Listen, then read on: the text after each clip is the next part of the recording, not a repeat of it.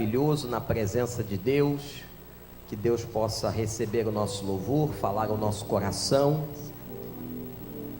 Nós vamos orar a Deus para que Ele possa nos abençoar nessa noite. Senhor meu Deus, te agradecemos o privilégio de estarmos aqui, na Tua casa de oração, adorando o Teu santo nome. Que o Senhor receba o nosso louvor. E que ainda, ó Pai, por graça e misericórdia, que o Senhor possa ouvir as necessidades, as orações de cada um de nós, e também falar ao nosso coração. É a nossa oração em nome do Senhor Jesus. Que todo o povo de Deus diga amém. Vamos então adorar ao Senhor. Abra o seu coração, você que está na internet, em qualquer lugar do mundo, que Deus abençoe a sua vida. Vamos louvar. Irmã Elaine de Carvalho vai nos conduzir. Boa noite, queridos. Vamos cumprimentar o nosso irmão do nosso lado? Boa noite, tudo bem? Amém. Deus é maravilhoso, Ele nos ama muito. Podemos agradecer a Ele por essa oportunidade maravilhosa de estarmos aqui. Mesmo sendo assim, vamos? Pobre, o quê? Deus me ama, aleluia. Mesmo sendo falho, mesmo sem merecer, o quê?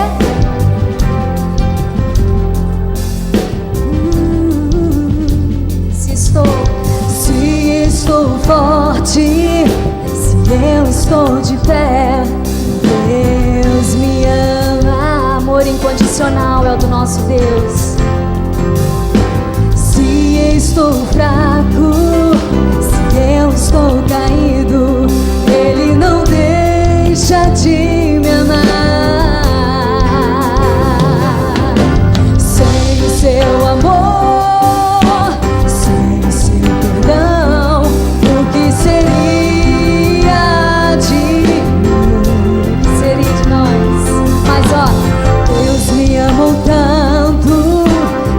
entregou seu filho, pra quê? Pra morrer em meu lugar.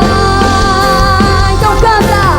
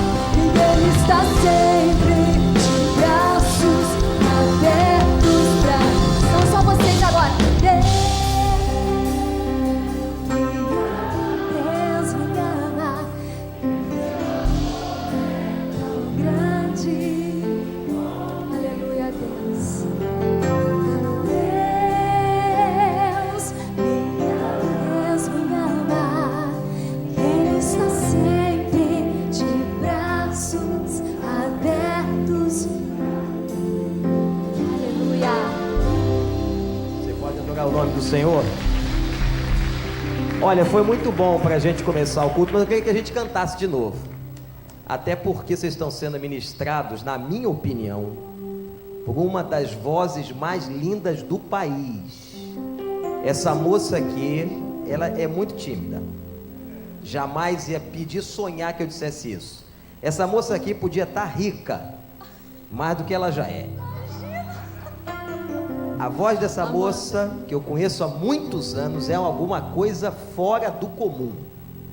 E aliás está sendo acompanhada, tirando esses dois do teclado aqui, por gente de casa. Quem é esse baterista? O baterista é meu filho, Kaique. Olha, parece? Como é que pode, meu né? Filhote. E aquele baixista ali? Meu irmão, Fábio. É o irmão. É uma família de músicos, né? Irmão Paulo sentou aqui na frente só para babar.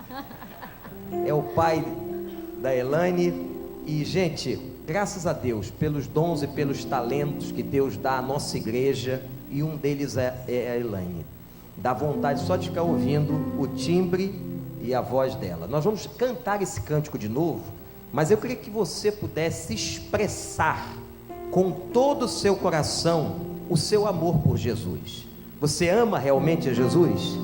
Então dê a Ele o seu melhor agora, adorando e louvando o nome do Senhor. E nós vamos estar nos preparando nesse momento para celebrar a ceia do Senhor, ok? Então logo depois nós vamos celebrar a ceia do Senhor. Vou fazer uma inversão aqui, já comuniquei ao irmão Tuta. Vamos cantar então mais uma vez, e que você possa com convicção dizer: Deus me ama. E se você não tem essa certeza, peça a Deus que mostre a você o grande amor, e Ele vai te dar uma prova do amor dele pela sua vida. Louvado seja o nome do Senhor. Vamos cantar mais uma vez.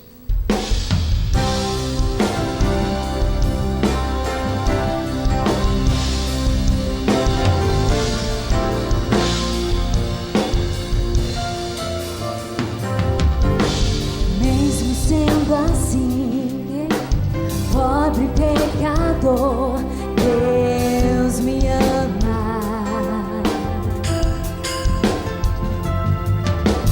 Mesmo sendo falho, mesmo sem merecer, Deus me ama. Obrigado, Deus. Se estou forte, se eu estou de pé, o que? Deus me ama. Se estou fraco, se eu estou caído, Ele não deixa de me amar. Obrigada, Senhor. Sem teu amor, o que seria de mim? Mas olha, Deus me amou tanto que entregou seu filho. Pra quê? Amor. Foi por você, meu querido. Então adora. Deus te ama. Deus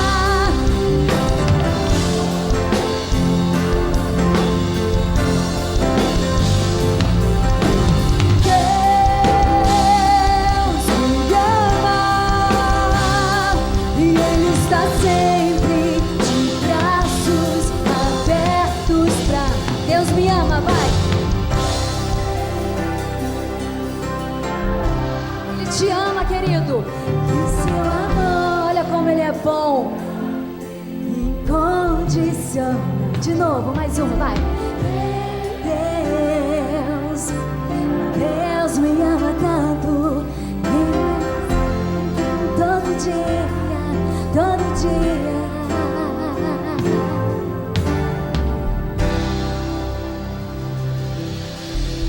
Podem sentar, irmãos. Nós já vamos estar cantando um outro cântico que diz do seu amor por nós. Por mais que possamos ter qualquer coisa nessa vida, o amor de Deus é a coisa mais importante que um dia nós recebemos. A Bíblia diz: examine-se cada um a si mesmo. 1 Coríntios 11, 28. E então coma do pão e beba do cálice. O exame é pessoal. Não são os pastores que examinam o coração de ninguém, nem qualquer líder. Só deve participar desta hora pessoas convertidas, isto é, que creem neste sacrifício simbolizado aqui, que Jesus fez por nós. Se você crê, é o momento de você lembrar, porque isto é um memorial, e todo memorial nos traz a lembrança de que Ele entregou o seu corpo simbolizado no pão e seu sangue simbolizado no cálice por nós. E se porventura você ainda não crê que a pregação dramatizada da ceia do Senhor atinja o seu coração e que essa seja a noite aceitável da sua conversão, que você entregue o seu coração a Jesus. Portanto, mesmo se você for de uma outra igreja, eu quero convidar você à mesa do Senhor, se você é convertido. Vou chamar aqueles que vão auxiliar os pastores agora na distribuição dos elementos, podem vir agora. E agora você vai reclinar sua fronte diante de Deus e orar. Vai fazer o que a Bíblia manda. Examine-se a si mesmo e então coma do pão e beba do cálice. Faça esse exame pessoal, particular. E logo depois nós cantaremos ao Senhor enquanto estivermos recebendo os elementos.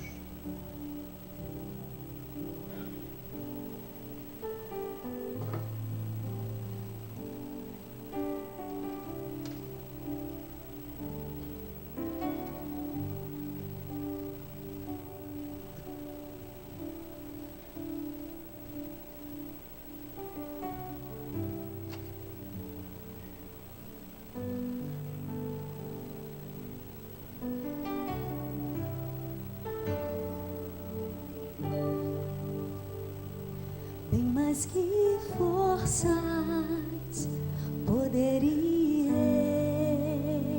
reis, que a natureza e tudo que se fez, bem mais que tudo criado por tuas mãos, Deus, tu és o início, meio e fim. Bem mais que os mares, bem mais que o sol e as maravilhas que o mundo conheceu, e as riquezas, tesouros desta terra, incomparável és pra mim.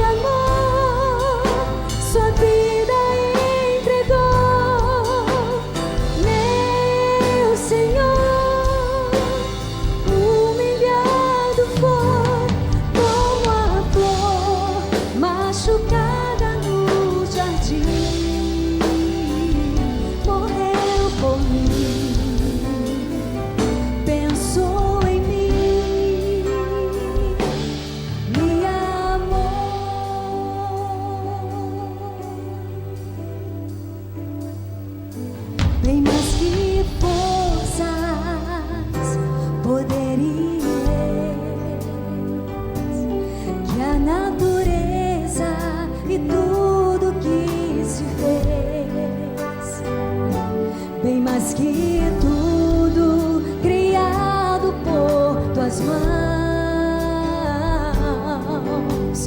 Deus, tu és início, meio e fim. Louve. Bem mais que isso, e as maravilhas que o mundo conheceu, e as riquezas, tesouros dessa terra,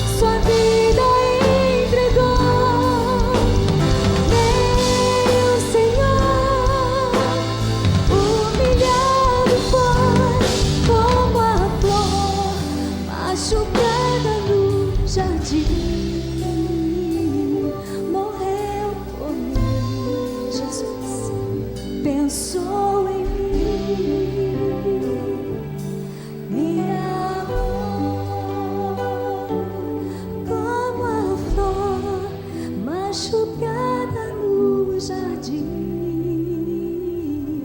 morreu por mim, pensou em mim, me amou.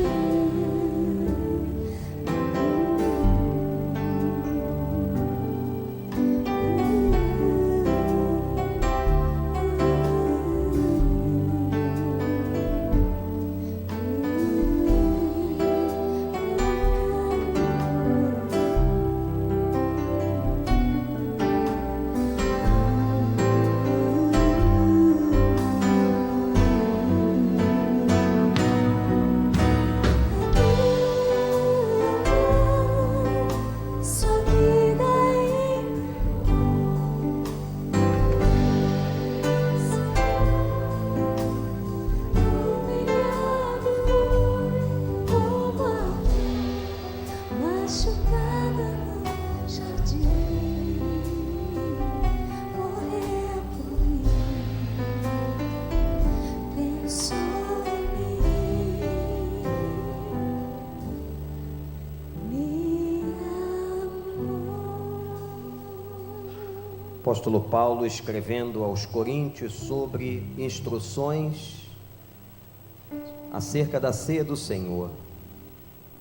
Pois eu recebi do Senhor o que também lhes entreguei, que o Senhor Jesus, na noite em que foi traído, tomou o pão. Tomem o pão.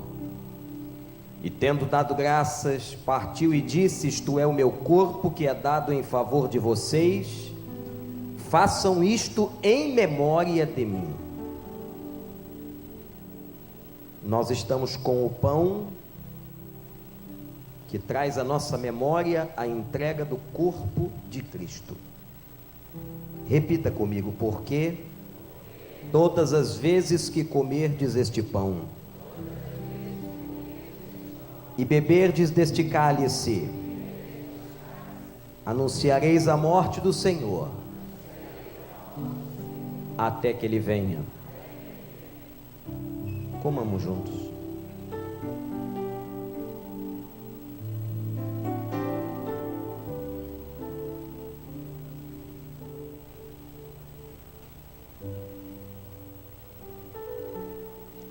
Da mesma forma, depois da ceia, ele tomou o cálice e disse: este cálice é a nova aliança no meu sangue, façam isso sempre que o beberem, em memória de mim. Porque sempre que comerem deste pão, versículo que os irmãos acabaram de recitar, sempre que comerem deste pão e beberem deste cálice, vocês anunciam a morte do Senhor até que Ele venha. A ceia proclama que Cristo voltará, e Ele mesmo, diz a palavra, celebrará uma ceia com todo o povo, seu povo espalhado em toda a terra. Pastor Daniel vai fazer o que o texto diz agora, vai dar graças ao Senhor. Graças te damos, Senhor, por este precioso sangue derramado na cruz do Calvário, pela minha vida, pela vida de meus irmãos aqui e por todos aqueles espalhados por toda a terra, Senhor. Bendito é o teu nome, porque foi a preço de dor e sangue que fomos comprados, ó Deus, por ti, e agora somos teus filhos, e há um lugar no céu reservado para nós. E eu, juntamente de tua igreja, Senhor, te dizemos: Maranata, ora vem, Senhor Jesus. Nós amamos a tua vinda, Senhor, e aguardamos com expectativa doce no coração, sabendo que de nós já passou a condenação, estamos limpos e justificados pela fé em Cristo Jesus, aleluia. Por isso damos graças ao teu nome, Senhor, sempre, neste nome doce, no nome de Jesus, amém. Bebamos juntos até que Ele venha.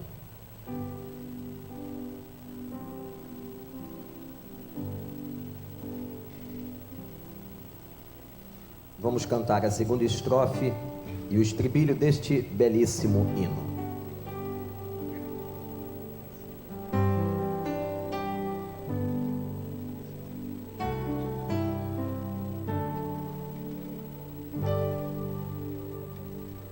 Bem mais que os mares, bem mais que o sol, e as maravilhas que o mundo conheceu, e as riquezas, tesouros desta terra, incomparável és pra mim.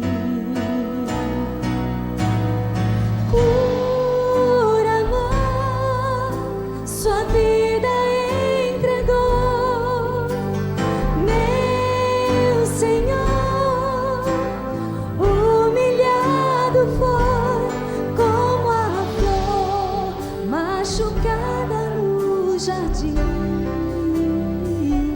morreu por mim, pensou em mim, me amou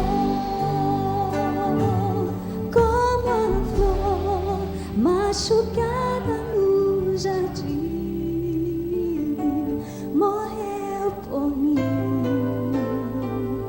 pensou em mim, me amou. Você pode dar um aleluia bem forte aí para a glória do Senhor? Graças a Deus. Nós queremos convidar você que nos visita, seja em internet ou aqui em presença, que você esteja nos nossos cultos no domingo. Às 9 horas da manhã temos um culto em inglês, se você quiser participar, é todo em inglês, às 10h15 e depois às 17h30 e 19h30. Você pode escolher um desses horários e estar com a gente. E todos aqueles que estão aqui, irmãos e irmãs, atenção, que ainda não se batizaram, que querem entregar, já entregaram suas vidas a Cristo e querem se submeter ao ato do batismo, que é bíblico e fundamental. Eu convido você a estar presente no Bem-vindo à Família, um curso que a igreja dá para todos que querem se batizar, ou se você está vindo de outra denominação. 13 de junho, um sábado, de 9 às 13 da tarde. A igreja oferece um coffee break, é um momento gostoso, nós pastores estaremos por aqui. Portanto, se você quer se batizar biblicamente, já se converteu, ou vem de outra denominação, tem sentido de Deus que aqui é a sua igreja agora, então venha ao Bem-vindo à Família, dia 13. E também dizer aos irmãos, que na segunda-feira à noite, nós vamos receber o Gilberto Celete, um especialista na área de criança, vai estar dando uma palestra à noite. Vocês estão recebendo, vão receber esse pequeno folder com informações, só que saiu com o horário errado, não é segunda 10 da manhã, é 19h30, o Gilberto Celete vai estar falando sobre o ataque, olha que interessante, o ataque do inimigo sobre crianças. Essa palestra vai acontecer segunda-feira, às 19h30, com o Gilberto Celete, que é um especialista, um dos palestrantes da PEC, um especialista na área de crianças.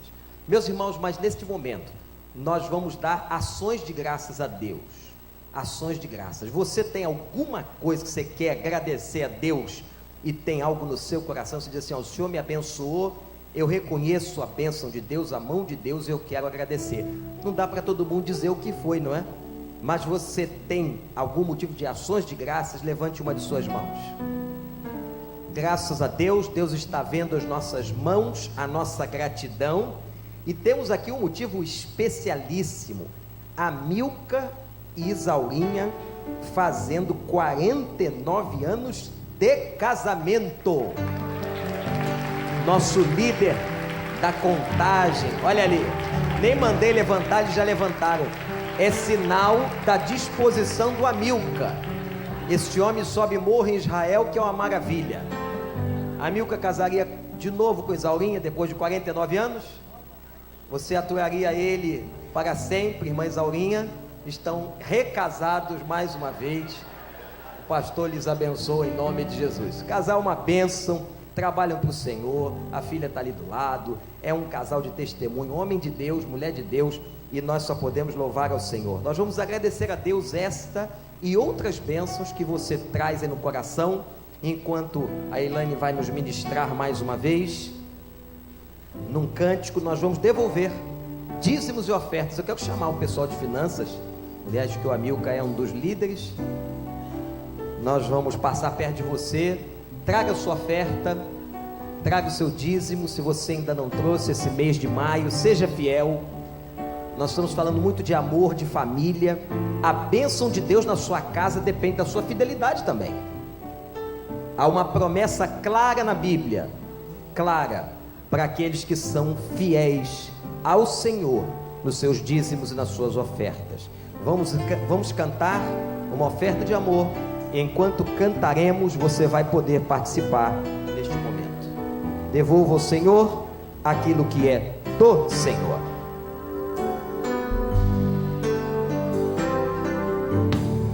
Vem, Senhor, minha vida oferecer como oferta de amor e sacrifício. Quero minha vida a te entregar como oferta viva em teu altar. Vem, Senhor. Vem, Senhor, minha vida oferecer como oferta de amor e sacrifício. Quero minha vida a te entregar como oferta viva em teu altar. Pois para te adorar, pois pra te adorar, foi que eu nasci.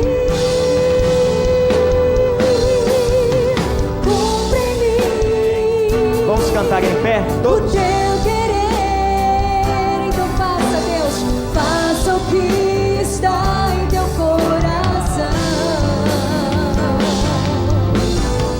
E que a cada dia eu queira mais e mais estar ao teu lado, Senhor.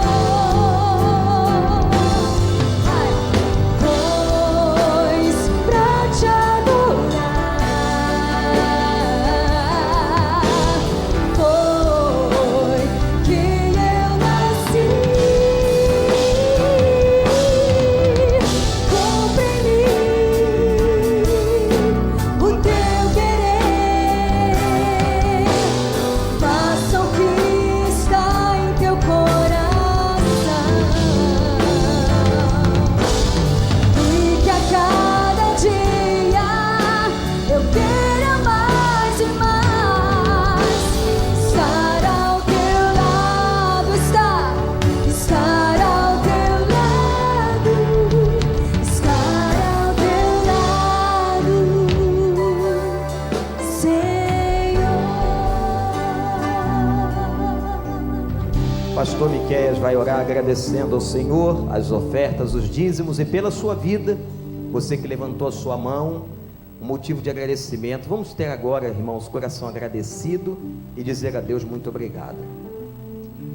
Pai querido, nós podemos dizer com convicção que em todo tempo o Senhor tem sido bom para conosco.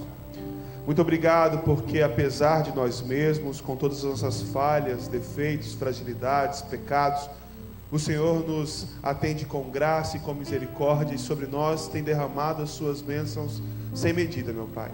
E nós agradecemos a Ti por tudo aquilo que o Senhor tem feito em nós, por nós e através de nós. Queremos agradecer, meu Pai, porque o Senhor tem sustentado casamentos, o Senhor tem renovado o amor, o Senhor tem renovado a esperança, o Senhor tem dado força para o Teu povo, para atravessar os momentos mais difíceis da vida, o Senhor tem trazido cura sobre o Teu povo, o Senhor tem trazido restauração, meu Pai, neste lugar, e nós Te louvamos por todas as boas dádivas que o Senhor tem nos dado. E nós queremos Te louvar por essa igreja que o Senhor plantou aqui no Recreio dos Bandeirantes. Muito obrigado porque ao longo dos anos, meu Pai, o Senhor esteve presente e a Tua boa mão esteve sobre essa igreja, meu Pai, sobre o nosso pastor, conduzindo o Teu rebanho a pastos verdes e águas tranquilas, meu Pai. E nós Te pedimos que todos os recursos que aqui foram levantados possam continuar servindo a esse único propósito, de propagar a mensagem de esperança do Teu reino a todas as pessoas deste mundo, meu Pai. Que sejamos uma agência do Teu reino aqui neste lugar, e que através, meu Pai, de nós, muitas pessoas tenham as suas vidas rendidas completamente ao Senhor, e corações quebrantados a Ti, Senhor. Eu Te louvo por aqueles que o Senhor tem despertado e tem colocado no coração o compromisso de sustentar a Tua obra. Meu Pai, que o Senhor os abençoe grandemente, que eles entendam, meu Pai, que tudo aquilo que eles têm é o Senhor que deu, e nós apenas devolvemos a Ti o que recebemos de Ti, Senhor. Meu Pai, se alguém não pôde aqui contribuir porque está faltando em casa, que o Senhor supra todas as necessidades, que esta pessoa coloque a dependência dela completamente no Senhor, e que ela confie no Deus que é provedor. Aqueles que ainda não abriram o seu coração, que o Senhor quebrante, que o Senhor transforme, e que eles enxerguem, meu Pai, o valor de que melhor é dar do que receber, meu Pai, e participam de uma obra grandiosa que o Senhor está fazendo aqui no nosso meio. Nós somos agradecidos ao Senhor por tudo aquilo que o Senhor é, por tudo aquilo que o Senhor tem feito em nossas vidas, e é no nome de Jesus que nós oramos. Todo o povo de Deus diz amém. Podem sentar, irmãos. Eu vou convidar a pregadora para vir aqui. Olha, gente, tem que dizer que eu tenho um imenso prazer, literalmente, em apresentar a pregadora, né? Posso ou não? Amanda, né? Minha esposa. Amanda é psicóloga, irmãos, tem mestrado em psicologia social, tem atendido dezenas de pessoas em consultório, professora universitária, mas Deus tem dado a ela o dom do cuidado com pessoas, e ela também é palestrante, e nessa noite foi dado um tema a ela sobre crenças. Ela vai estar expondo esse tema. Eu tenho certeza que vai abençoar a sua vida, o seu coração, e espero que você tenha vindo aqui para isso, né? Para poder ouvir a voz do Senhor, amém? E se for tudo certinho em casa, eu vou te dar um presente.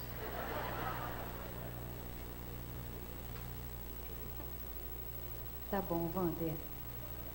Eu vou te responder lá em casa.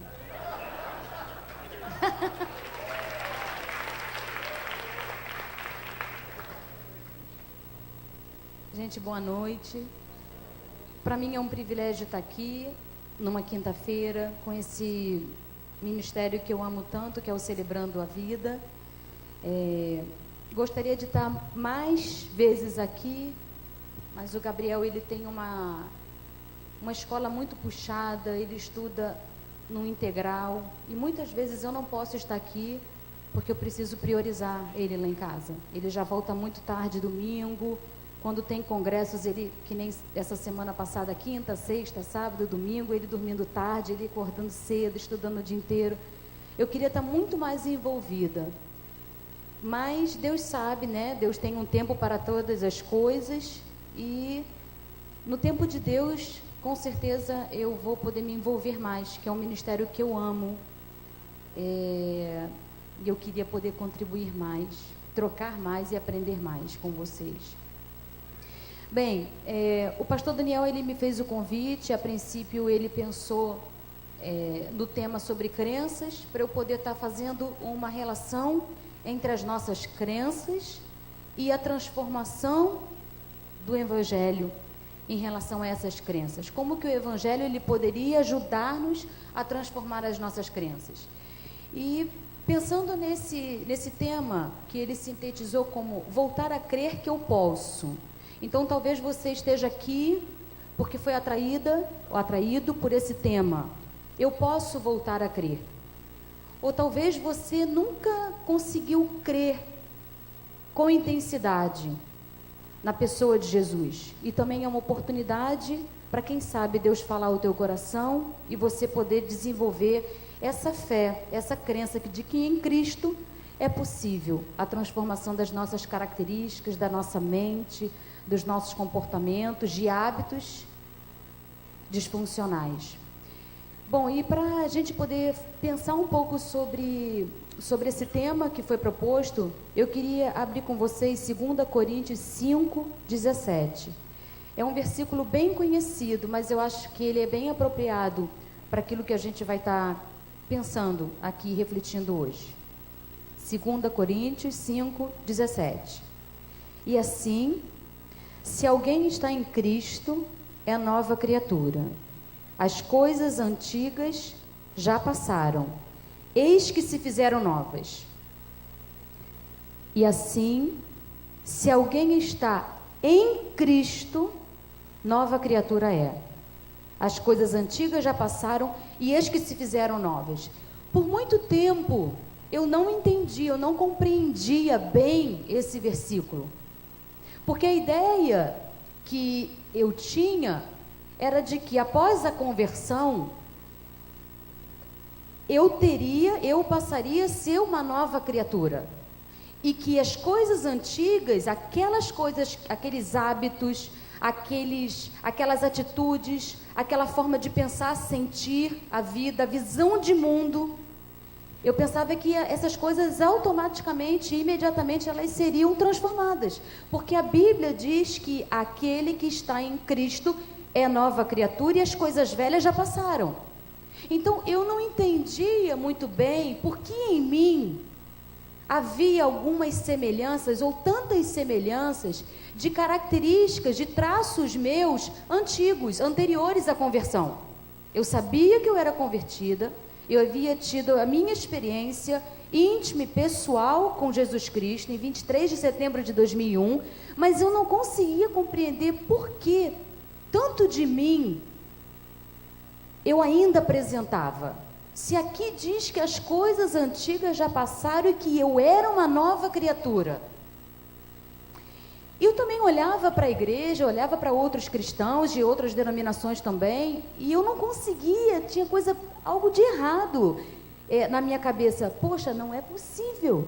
Esse meu irmão também, ele é muito disfuncional. E como pode ser tão disfuncional e ele se diz crente desde do berço, entre aspas, né? Nossa, e eu via tanta disfuncionalidade, eu ficava assim, meu Deus, tá, eu ainda não entendi, nova criatura, eu vou entender isso. E num determinado momento da minha vida, o Espírito Santo, através de estudos, eu estudei muito, eu orava muito para poder estar entendendo essa verdade. Eu estudava os teólogos lá, que o Wander tem muitos livros, eu estudava versículo por versículo para poder entender, até que um dia o Senhor, Ele trouxe uma realidade desse versículo para a minha vida, e que é o que eu quero compartilhar com vocês hoje. Se me ajudou, quem sabe pode também te ajudar, porque foi o Espírito do Senhor que me desvelou isso. Eu nunca prestei atenção em uma pequena parte desse versículo que diz: se alguém está em Cristo, no Senhor, fundido na pessoa de Jesus Cristo, através do Espírito de Deus, esse é uma nova criatura. E nessa condição há um poder místico mesmo, operado pelo Espírito que habita em mim, que então, se eu tiver uma comunhão muito plena, muito fundida na pessoa de Cristo através do Espírito, Ele então é capaz de operar. E eu preciso buscar essa comunhão. E a princípio, então, eu comecei a pensar, então eu tenho que buscar a comunhão, orando, jejuando, lendo a Bíblia, sim. Mas Deus me trouxe algo a mais. Eu via pessoas que liam a Bíblia, que eram convertidas há muito tempo, mas que não conseguiam estar em Cristo, sendo moldados por Cristo, se sujeitando, renunciando ao seu ego para ter a mente transformada pelo Espírito, para adquirir as características de Jesus. Eu via que elas não conseguiam, e às vezes eu também não. Então, por exemplo, no outro dia uma pessoa que eu estava atendendo e que é crente e que claramente, o que eu percebo na vida dela? Ela tem, por conta da história de vida dela, uma dependência, uma codependência muito grande de uma pessoa, o marido dela. E por causa da codependência dela, ela não consegue estar em Cristo, porque ela destronou Cristo e colocou no trono essa figura de dependência. Nesse caso, o marido dela. Poderia ser o fumo, um álcool, a droga, uma vida sexual, enfim. Nesse caso dessa mulher, era o marido. E ela, apesar de ser uma mulher boa, uma pessoa legal, uma pessoa que vem aos cultos, que busca, ela não conseguia entender que ela precisava trabalhar o motivo pelo qual ela se tornou uma dependente emocional, uma codependente da pessoa, do marido dela, e esse era o motivo pelo qual ela não se entregava plenamente a Cristo, e ela não se disponibilizava a estar nas mãos do Espírito Santo para que ele operasse, porque o primeiro lugar da vida dela não era a pessoa de Jesus, era o marido. O tempo todo era atrás do marido, o tempo todo era checando a vida do marido, o tempo todo era mandando mensagens para o marido, o tempo todo era verificando a hora que ele chegava, a hora que ele saía, com quem ele almoçava. Ela é uma cristã, mas ela tem codependência, e isso impedia ela de fazer investimento na pessoa de Jesus Cristo. E a conversão e o ser cristão não é apenas professar uma fé num credo, não é apenas isso.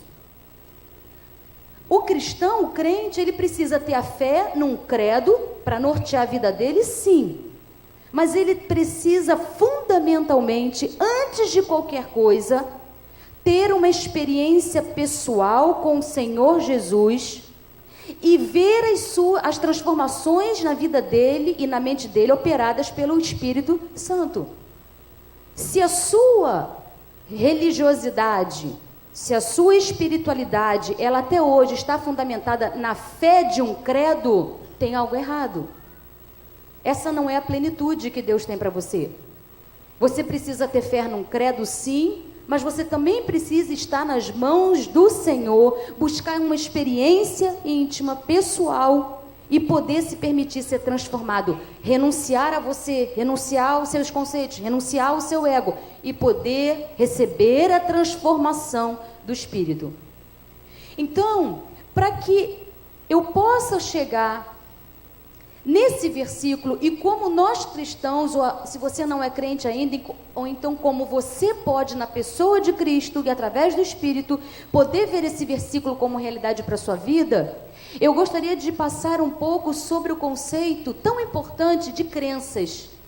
Porque tudo que somos, ou muito do que somos, passa pelas crenças que nós temos. Que crenças você tem? Então, a primeira coisa que eu gostaria de trabalhar é, o que são crenças? Primeiramente, para a gente poder chegar a esse versículo de uma forma mais clara. Segundo o dicionário, crença é a ação de crer numa verdade ou na possibilidade de alguma coisa. É uma convicção interna, é acreditar em algo. Todos nós temos as nossas crenças. Todos nós temos verdades absolutas dentro de nós. E muitas vezes nós não lidamos com essas crenças de forma tão consciente. Nós temos crenças, nós temos visão de nós mesmos, visão do outro e visão do mundo de uma determinada maneira, mas muitas vezes isso não é consciente. Eu vou agir, eu vou reagir, eu vou ter atitudes e eu vou estar consciente dos meus comportamentos, das minhas ações, das minhas atitudes, das minhas escolhas, mas eu não vou ter a consciência do que está me impulsionando para ter aqueles hábitos, aquelas compulsões, aqueles comportamentos, aquelas atitudes. Por que eu falo daquele jeito? Por que eu penso daquele jeito? Por que eu sinto daquela forma? Eu sinto. Por que eu sinto? Eu não fico pensando muito nisso. Eu me comporto dessa forma. Por que eu me comporto? Eu não fico pensando muito nisso. E o que faz, e o que engendra pensamentos, emoções e ações são as nossas crenças. Então, crença é aquilo que você crê. São as convicções que você tem sobre você, sobre os outros e sobre o mundo. Estudos da psicologia, eles têm comprovado que crenças são ideias, conceitos daquilo que somos. As crenças representam o núcleo da nossa personalidade. As crenças, as nossas crenças são a essência daquilo que somos. Elas são formadas na infância. Isso tem sido provado cada vez mais. Gabriel que está aí, ou Claudinho? Você pode, Claudinho, passar a primeira tela? Eu não sei se vocês conseguem ver bem, mas eu queria falar um pouco sobre como as nossas crenças são formadas. E conforme eu for falando um pouco sobre isso, eu gostaria que você pensasse na tua história. Eu gostaria que você pudesse estar atento em que ponto dali, do data show, do slide, você consegue se identificar. Que tipo de história você teve? Que tipo de marca você tem? Então, as crenças, elas são formadas na nossa infância.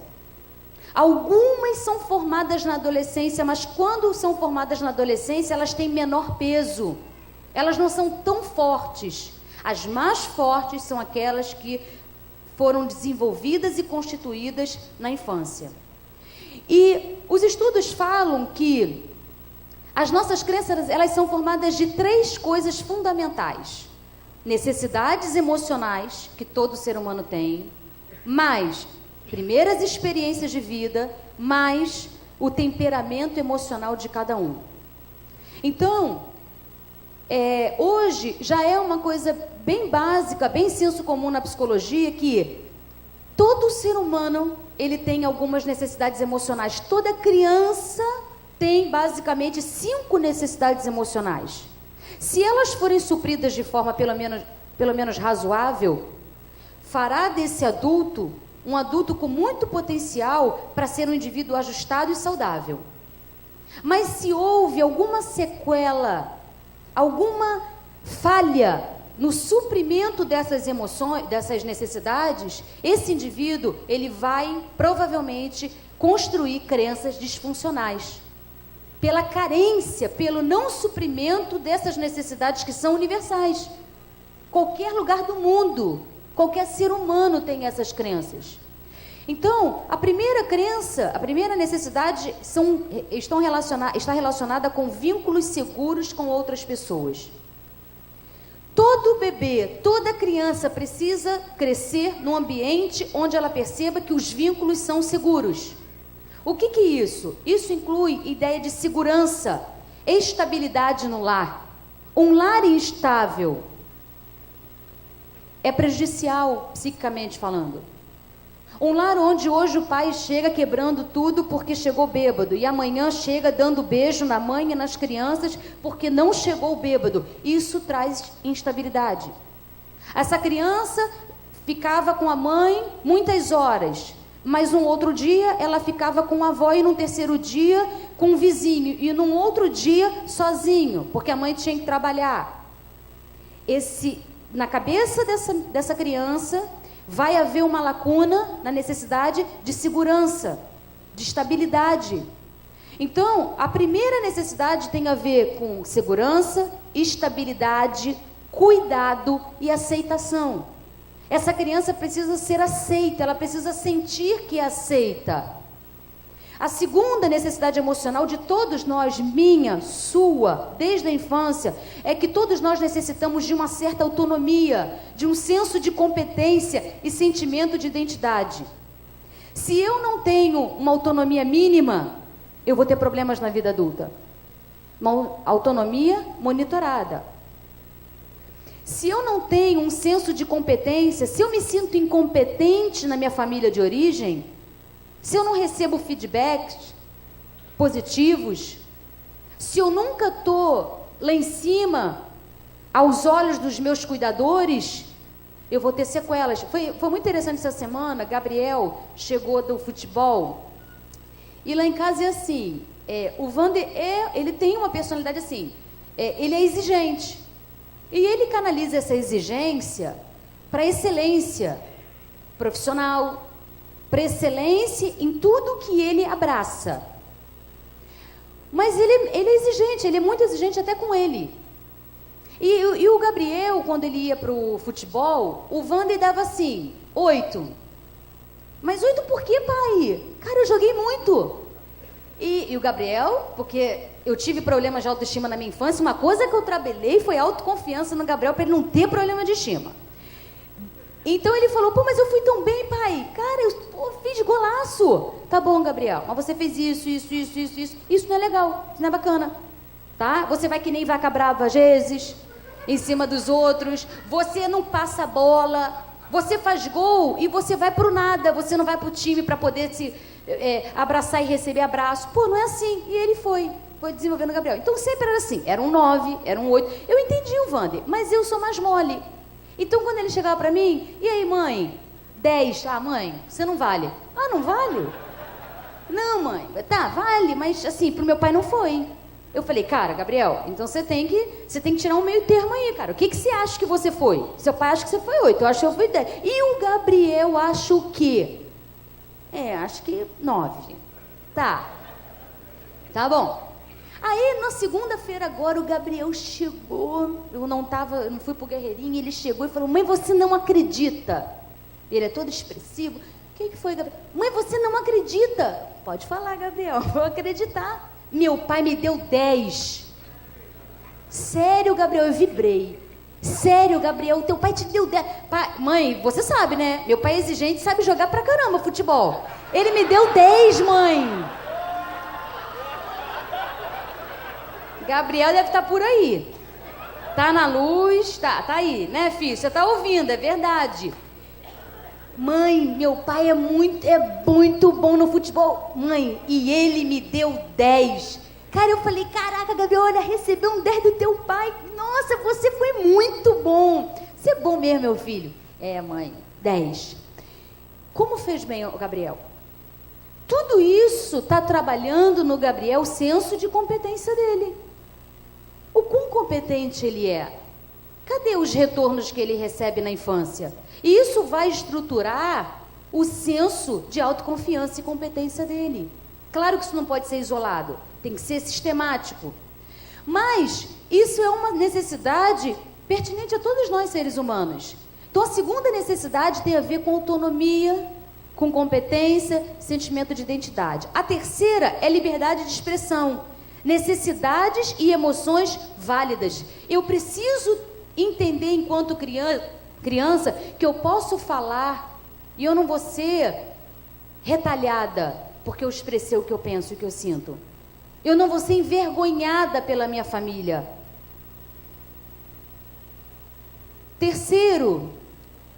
Quarto, né? Espontaneidade de lazer. A criança precisa ver no lar dela um lugar onde ela pode ser espontânea, onde não é vergonha, onde ela pode errar, ela pode fazer graça, ela vai ter limite, ela tem que ter limite, mas ela precisa ver esse lar como um lugar de espontaneidade e também de lazer e prazer. E ela precisa de limites realistas e também autocontrole. E aqui ela precisa também muito dos pais ou dos cuidadores, das pessoas que estiveram nesse lugar. Então, as nossas crenças são formadas, primeiro, de acordo com as nossas necessidades emocionais. Se elas foram supridas, pelo menos razoavelmente, ou se elas não foram supridas. E se não foram, dependendo da área em que não foram supridas, e isso traz consequências para a nossa vida adulta, que a gente carrega pela vida. A segunda coisa que tem a ver com a formação das nossas crenças são as primeiras experiências de vida. As primeiras experiências, 4 pontos. Quando existe frustração nociva das necessidades, quando eu tenho escassez de experiências boas. Eu pego pacientes que estou com eles às vezes 1 ano e meio e ela não consegue lembrar de uma experiência boa na infância. Não consegue. Só tragédia. Era uma vida de criança sendo vivida como um adulto em miniatura, sendo percebido como um adulto em miniatura. Então, se as minhas primeiras experiências, elas tiveram escassez de boas experiências, de experiências favoráveis, isso vai me trazer sequela. Às vezes é uma situação de traumatização ou vitimação. Situações de trauma e de abuso. Abuso físico, abuso verbal. Existe muito isso. Então, às vezes a criança passa por um trauma muito grande, perda de uma pessoa querida, perda de um pai, perda da mãe, um sequestro, uma perda financeira na família que gerou um trauma muito grande, uma mudança radical. E às vezes ela foi vítima de uma violência, de uma agressão. Também, como terceiro problema, isso parece que não é um problema, mas pode ser, quando existiu na vida da criança grande quantidade de experiências boas. A escassez é um problema, mas o excesso também, dizem os cientistas da psicologia. E por último, a internalização ou identificação seletiva com pessoas importantes.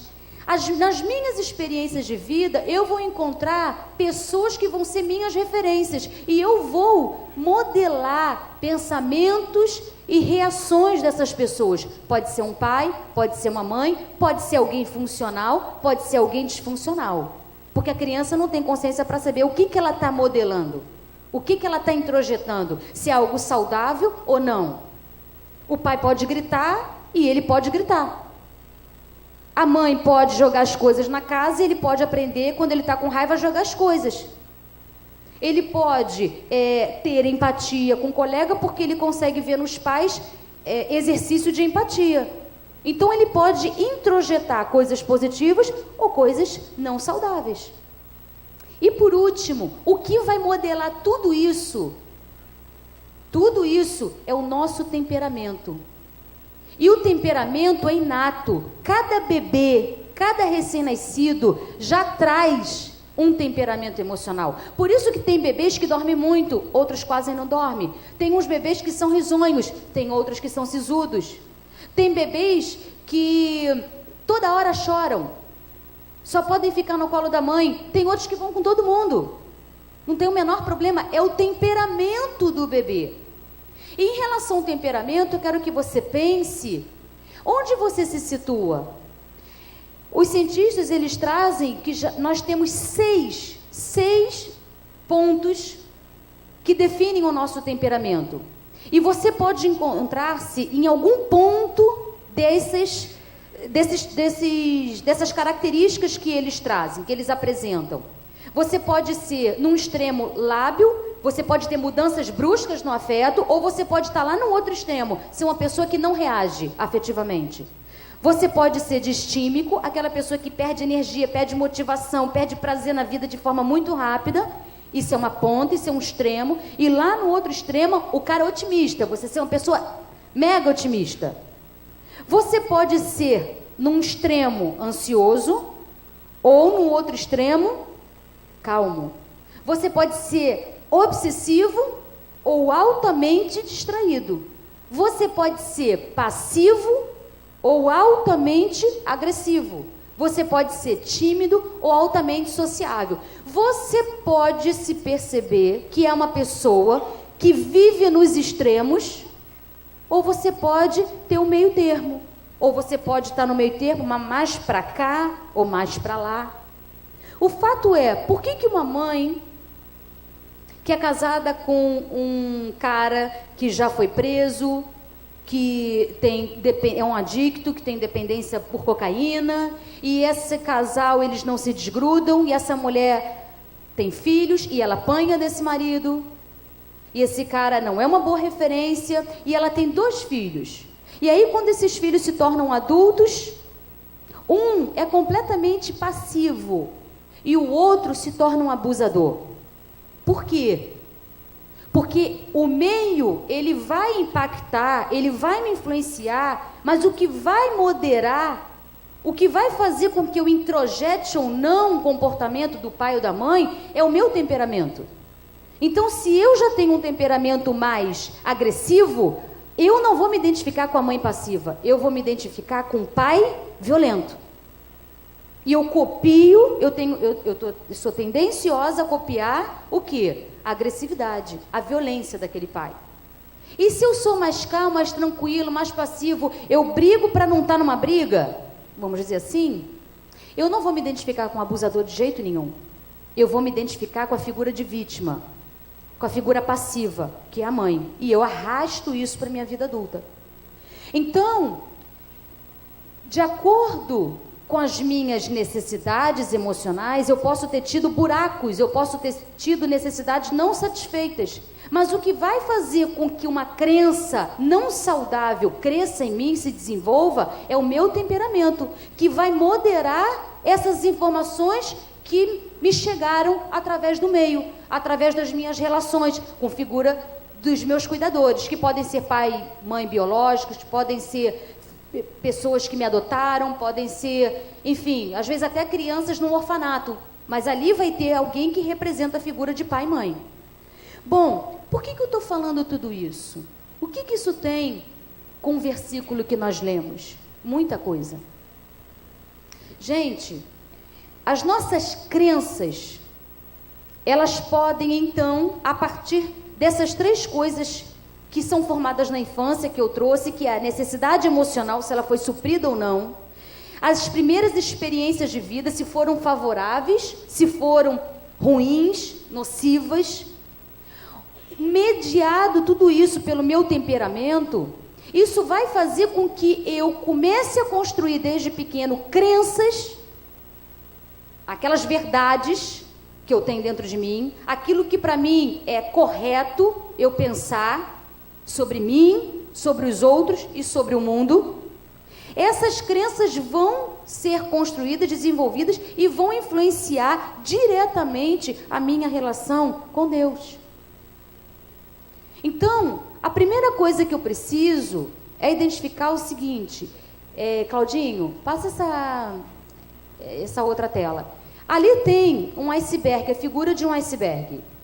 E quando a gente olha para o iceberg, a gente vê que apenas uma pequena parte dele está fora e acessível aos nossos olhos. Todo o restante, que é a maior parte dele, está submersa. Eu não vejo, mas ela está ali. Aquela parte está ali. E é a maior parte dela. O que acontece é que as coisas... Muitos autores fazem uma correlação dessa imagem com a nossa mente, a mente humana, onde aquela pequena parte, muitas vezes, são as coisas acessíveis. Então, eu tenho acesso às minhas ações, eu tenho acesso aos meus hábitos, eu sei o que hábitos eu tenho, eu sei quando eu reajo de forma negativa com o outro, eu sei quando eu sou agressiva com o outro, eu sei quando eu fui passiva com o outro, eu sei quando eu tenho um comportamento mais de dependência, eu consigo ver que aquilo não está legal. Mas eu sei das minhas reações fisiológicas, eu estou ansiosa, minha mão começa a suar, eu começo a tremer, aquilo eu vejo, mas muitas vezes eu não vejo o que detonou a minha ação.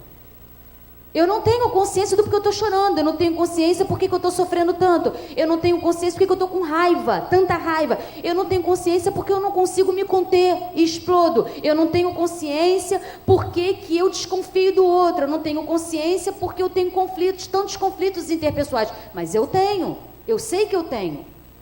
E o motivo pelo qual nós temos essas coisas, nossos hábitos, nossas atitudes, e a gente vê tudo isso, e a gente não muda, é porque nós não conhecemos as nossas crenças mais internas e profundas. Nós não temos consciência.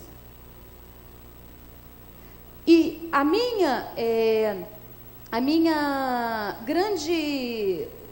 grande palavra aqui para vocês é que vocês possam começar a perceber na vida de vocês se há na vida de cada um algo disfuncional, algo não saudável. Quais são as suas crenças? Quais as crenças que te movem na vida? Quais os seus valores? Em que você acredita? Que verdades você tem? Você para checar aquela verdade, aquilo que você sente? Será que aquilo é a realidade? Porque quando a gente tem um pensamento disfuncional, a verdade que a gente acredita não necessariamente é a verdade. Muitas vezes está distorcida. Às vezes a situação que eu interpretei não aconteceu. O que houve foi a minha interpretação de uma situação que quando o outro vê, ele diz assim, não foi nada disso. Não, isso não aconteceu. Mas para o sujeito aconteceu. A interpretação que ele deu para ele é a verdade.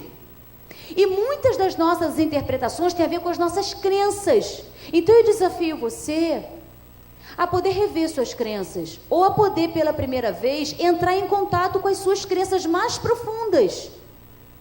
Por que eu sou tão insegura ou inseguro? Por que eu tenho um senso de fracasso tão grande? Por que eu sou tão pessimista? Por que eu sempre acho que as pessoas dos meus relacionamentos vão me abandonar? Por que eu desconfio que o outro sempre tem um motivo escondido que pode vir a me prejudicar?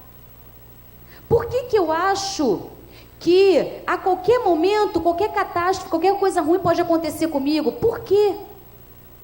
O que eu tenho? Será que a crença que eu tenho, ela tem base na realidade? Será que ele é funcional? Será que ela é disfuncional? Porque se for, eu preciso tratar. Porque eu não vou conseguir viver a plenitude do Evangelho se eu não entrar em contato com as minhas crenças mais profundas, com os meus valores mais profundos. Porque eles me movem. Porque eles me fazem pensar e interpretar a todo momento os outros, as situações, e a me ver muitas vezes de uma forma distorcida. Deus diz, você tem valor, mas eu me sinto sem valor. E aí? Mas por que eu me sinto sem valor se o Evangelho diz que eu tenho valor? Que Jesus Cristo morreu por mim. A palavra de Deus diz isso, mas eu me sinto, eu tenho baixa autoestima. Por quê? Por que será? Como é que você vai conseguir viver a verdade do Evangelho, o quanto você é amada? Jesus deu a vida dele na cruz por você. Como é que você vai conseguir viver essa verdade se você, uma vida inteira, acreditou que você era menos? Então, para alguém que se acha menos, como crer? Como sentir? Porque crer, a gente pode até pensar que sim, que ele fez, mas como sentir esse amor? Então, eu gostaria de concluir falando que a Bíblia diz: é possível em Cristo eu me tornar uma nova criatura. É possível em Cristo as coisas velhas realmente ficarem para trás e novas coisas se fazerem na minha mente, nas minhas emoções e nas minhas ações. Mas eu preciso fazer a minha parte. Eu preciso ver a mim mesmo, o meu semelhante e o mundo que me cerca, né? E até o próprio Cristo, de acordo com a correta perspectiva espiritual. Não é necessariamente com a perspectiva que eu tenho, porque a minha perspectiva pode ser falha, por conta de escassez, por conta de coisas que ficaram em aberto na minha vida, não satisfeitas, mal interpretadas e mal introjetadas. Então, eu gostaria de deixar para vocês que aquilo que Deus tem me ensinado, como Ele tem me tratado, para que eu faça disso uma verdade, para que realmente me torne a cada dia uma nova criatura nele. E é um processo, é uma busca intensa. Você precisa desejar muito, muito. Você precisa querer mudar. Você precisa se lançar com toda a sua alma, com todas as suas forças, para fazer com que essa verdade seja uma verdade para a sua vida, não só um versículo que aponta para uma verdade, mas que ele se transforme em realidade na sua vida. Então, para que você possa viver isso, e é isso que Deus tem me ensinado, eu preciso buscar muita comunhão. Há um Espírito Santo em mim, há um Espírito Santo em você. Você tem que estar em comunhão, você tem que estar fundido no Espírito Santo, para que ele possa fazer a obra. Busque, ora, não meça esforços, aprenda mais. Se junte com pessoas espiritualmente maduras, para que você possa ouvir experiências, testemunhos, mas não viva dos testemunhos dessa pessoa, mas que ele seja uma inspiração para você, algo que te traz a motivação para que seja também possível para a sua vida. Uma segunda coisa, busca através do Espírito Santo verdades escondidas sobre quem você é. Pede para ele te revelar. O que está de errado em você? O que tem que não agrada a ele? Pede, clama para que ele te revele. Levante um clamor, mas o clamor não é um dia aqui e outro dia ali. Eu estou dizendo de orar em espírito sem cessar, para que ele te revele coisas que você não consegue enxergar, verdades que você introjetou, distorcidas, que não espelham a verdade dele para a sua vida. E por fim, não tenha preconceitos. Se você identificar que as suas crenças são muito disfuncionais, são muito, vamos dizer, enfermas. Se você tem grandes enfermidades na alma, busque também, se preciso, especialistas que sejam enviados por Deus para serem instrumentos para o teu tratamento. Porque o cérebro humano é o órgão da alma. E o cérebro é o órgão ainda mais difícil de ser compreendido.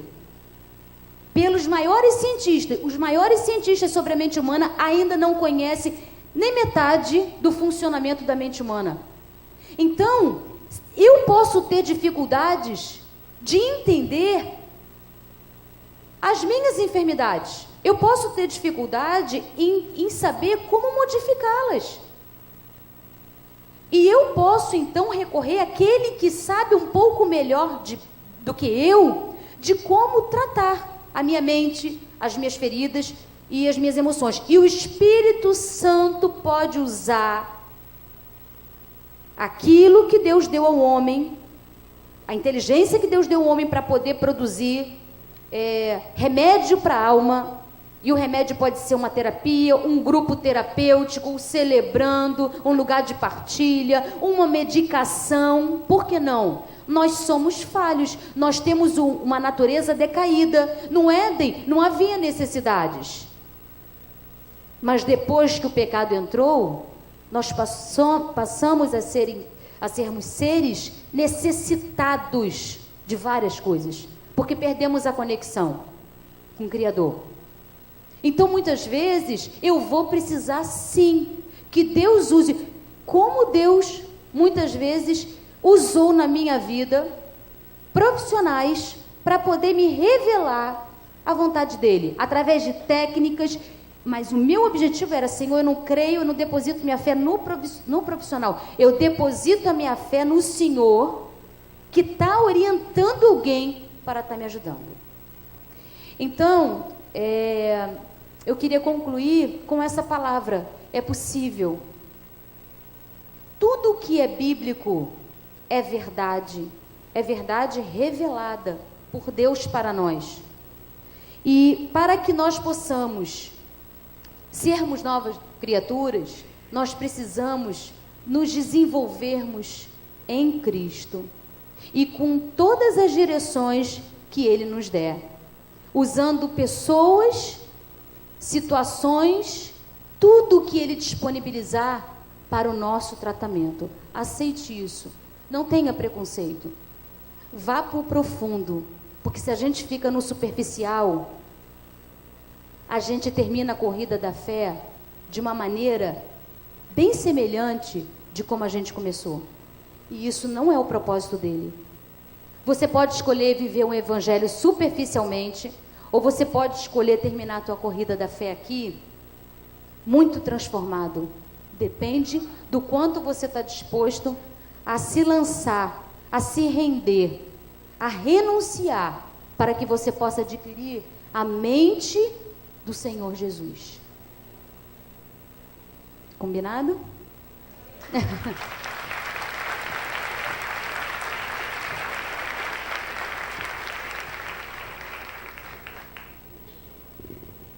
Dez, não é, gente? Então, um beijo. Em casa a gente glorifica a Deus por essa noite. Foi o que nós aprendemos, não foi, gente? Agora você vê se eu não vou dar 8 para esse menino. Se eu der 10, ele é que pensa que é o Messi. Gente, foi excelente essa palavra para todos nós. E eu quero só enfatizar o que já foi muito bem colocado, que tudo que nós fazemos, hábitos, ações e reações, tem a ver com aquilo que está lá dentro de você. E é esse âmago que o Evangelho quer tratar. Mas há um texto que me traz grande esperança. Aquele que começou a boa obra em nós, há de completá-la até o dia de Cristo. Deus quer completar a obra na sua vida, na minha vida. Mas tem uma questão que as pessoas não atentam. Nós precisamos permitir que isso aconteça. E deixar, como disse Amanda, que Deus vá no profundo tratar as crenças que às vezes estão atrapalhando você no casamento, na vida profissional, no relacionamento com os amigos. Que Deus nos abençoe em nome de Jesus. Vamos ficar em pé, vamos cantar ao Senhor, agradecendo a Deus esse momento. Depois o pastor Daniel vai nos orientar, Elaine vai nos conduzir com um cântico espiritual. Mas antes de nós cantarmos, abaixe a sua cabeça agora e ore. Peça a Deus para que Ele possa te ajudar a enxergar, a ver qualquer crença que você tenha disfuncional, que tenha atrapalhado a sua vida. De repente você acredita aí, cara, que você é pequeno, que você é menor, que você não merece. Você acredita coisas às vezes absolutamente erradas, que ninguém te ama, que nunca vai dar certo. São coisas que foram formadas dentro de você, uma história de infância. Mas eu quero dizer a você, em nome de Jesus, que o Evangelho é libertador, que o Evangelho nos faz melhores em todos os sentidos da vida, e que você pode ter crenças, como disse Paulo, equilibradas sobre a sua própria vida.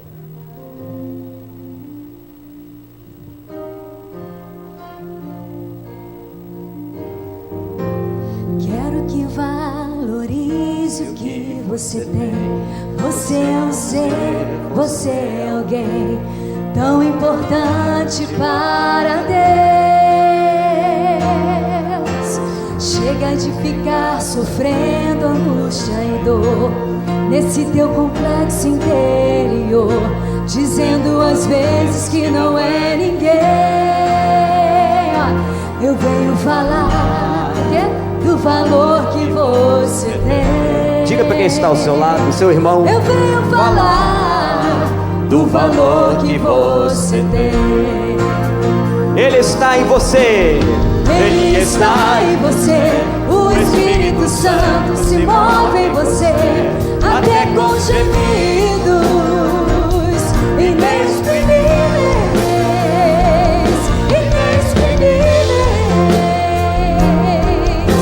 Aí você pode então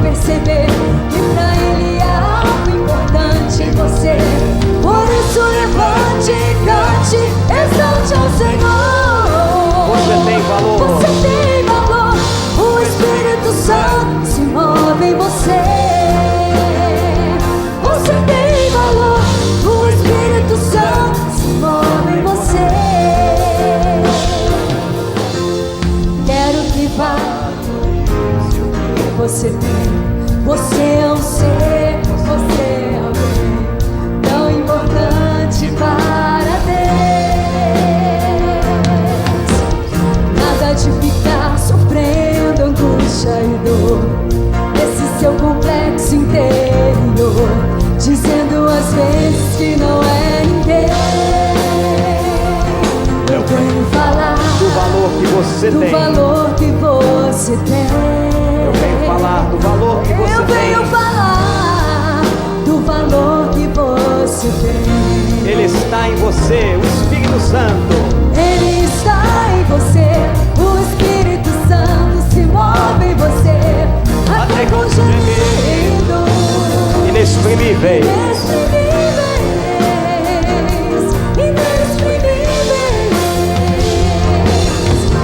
Aí você pode então perceber que pra Ele há algo importante em você. Por isso levante e cante, Exalte ao Senhor e diga: você tem valor, o Espírito Santo. Diga isso. Você tem valor. Eu tenho valor. Você tem valor, o Espírito Santo se move em você. Vocês agora.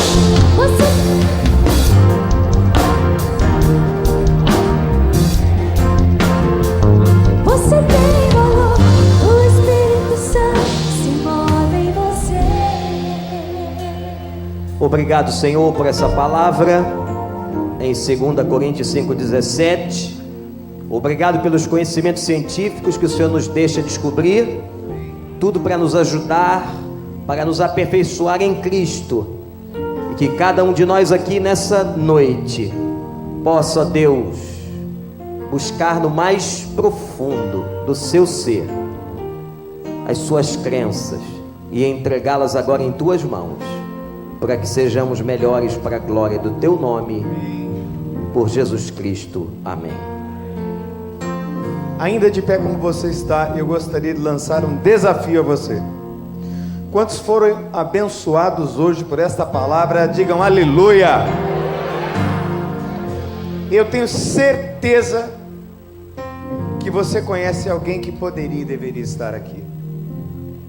Na semana que vem nós teremos um grupo de americanos testemunhando do que Deus fez na vida deles, do que Deus está fazendo lá no outro lado da América.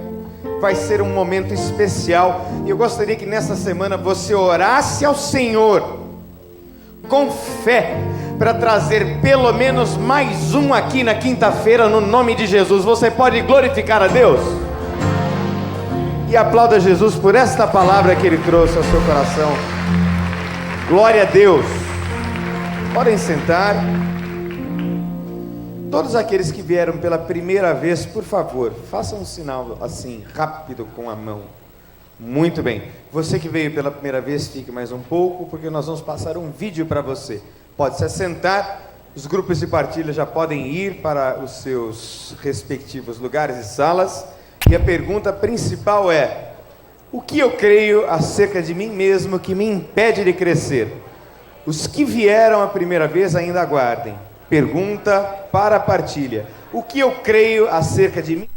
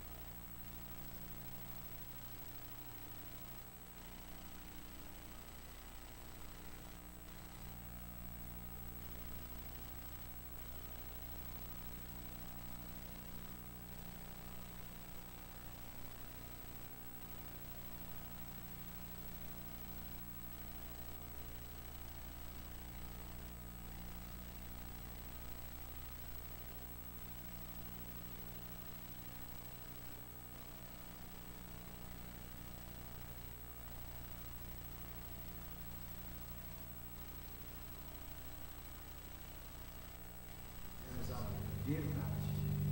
E nós não estamos aqui para consertar um ao outro. É o programa que nos restaura. Mas esta autenticidade deve nortear todas as nossas relações. Seja autêntico, seja franco, seja verdade. O terceiro valor é a responsabilidade pessoal. Você não virá ao celebrando a recuperação para falar da esposa, do esposo, dos filhos, do governo, do sistema, de quem quer que seja. O foco é a responsabilidade pessoal. Fale na primeira pessoa, fale sobre você, não sobre os outros. O quarto valor é o encorajamento.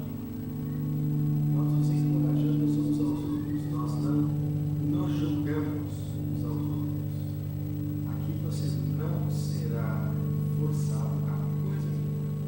É você que quer, é você que fala o que quer falar, é você que se dispõe o que quer se dispor. Ninguém está aqui para controlar a sua vida e para dizer a você o que fazer. A responsabilidade é sua e nós vamos dar a você todo o apoio para que você continue a jornada, encorajando você. Nosso último valor é a avaliação contínua. O programa exigirá que você mergulhe dentro de você mesmo e avalie-se a si mesmo continuamente. Celebrar a recuperação possibilita que você olhe para dentro de você mesmo constantemente.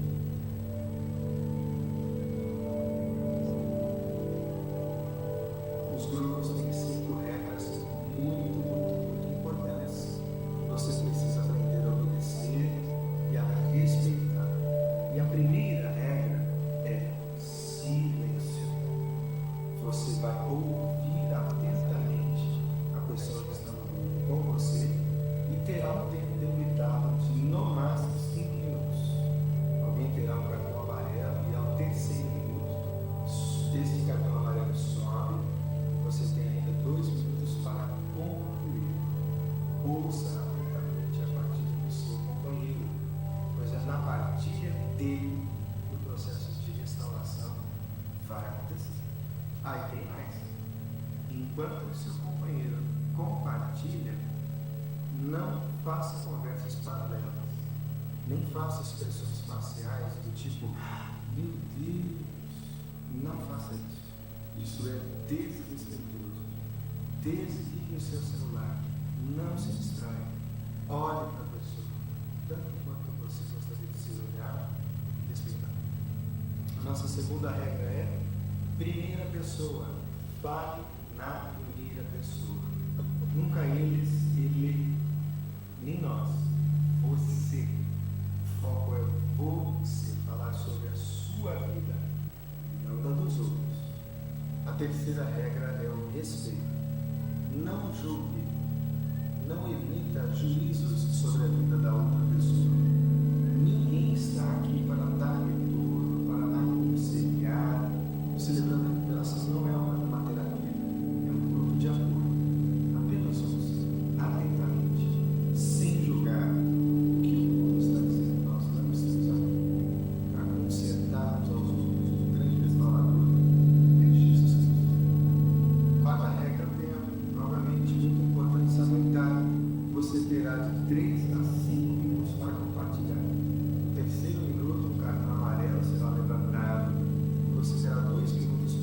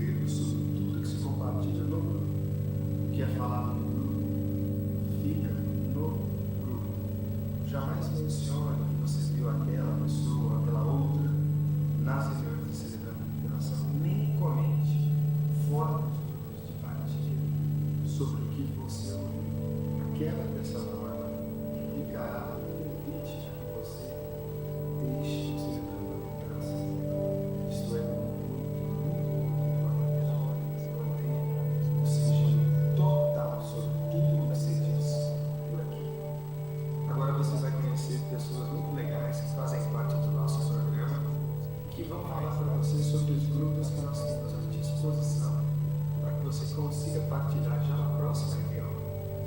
Que Deus te abençoe.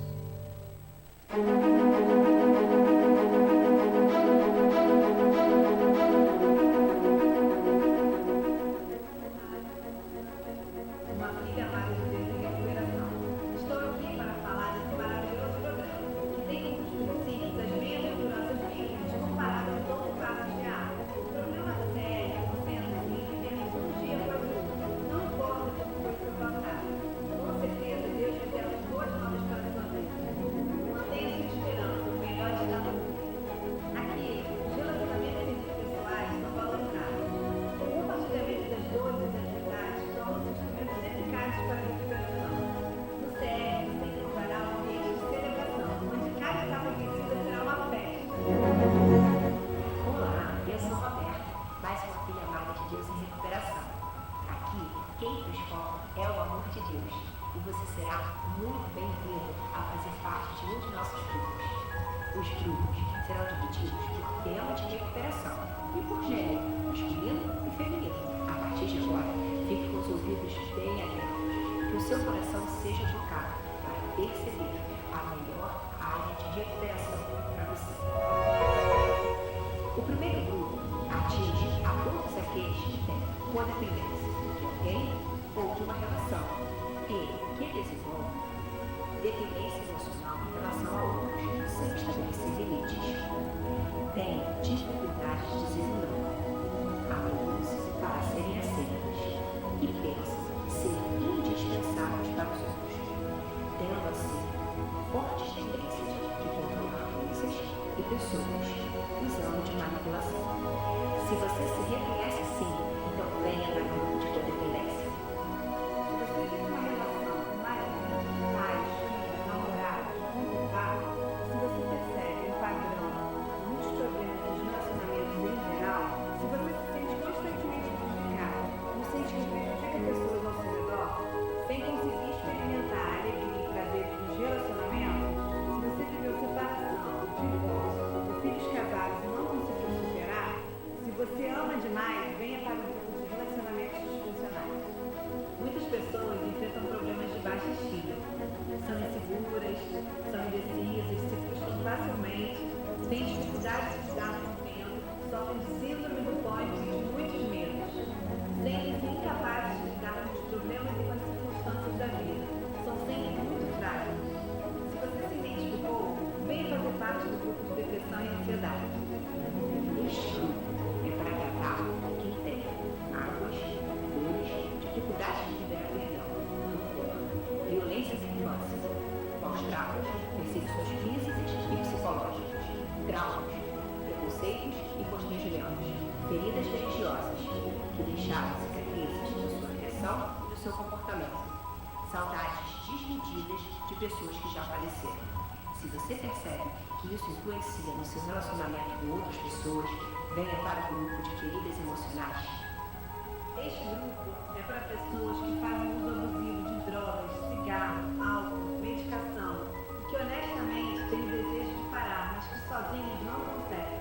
Também fazem parte desse grupo pessoas que têm problemas com sexualidade, como compulsão, pornografia, devassidão, obscenidade e fetichismo. Se essas compulsões fazem parte da sua vida, venha para o grupo de dependência química e sexualidade. Este grupo é para qualquer pessoa, homens e mulheres, que têm pais, filhos, maridos e esposas ou familiares dependentes químicos e alcoólatras e busca um lugar seguro para partilhar suas angústias devido a esse convívio desgastante e também para aprender a lidar com a pessoa amada que está adoecida com o vício de álcool e drogas. Se você se identificou, venha para o grupo de Podequê. Para pessoas que tendem a ser flexíveis, racionalizam demais, descontroladas emocionalmente. Para você que tem dificuldade de lidar com os seus sentimentos, de expor aquilo que sente, de lidar com os seus conflitos. Para você que perde o equilíbrio facilmente, que age no impulso e fala sem pensar, sem medir as consequências, causando transtornos para si e para outras pessoas, podendo te levar a compulsões alimentares e financeiras. Se você se encaixou em um desses casos, venha para o grupo de ira e de impulsividade.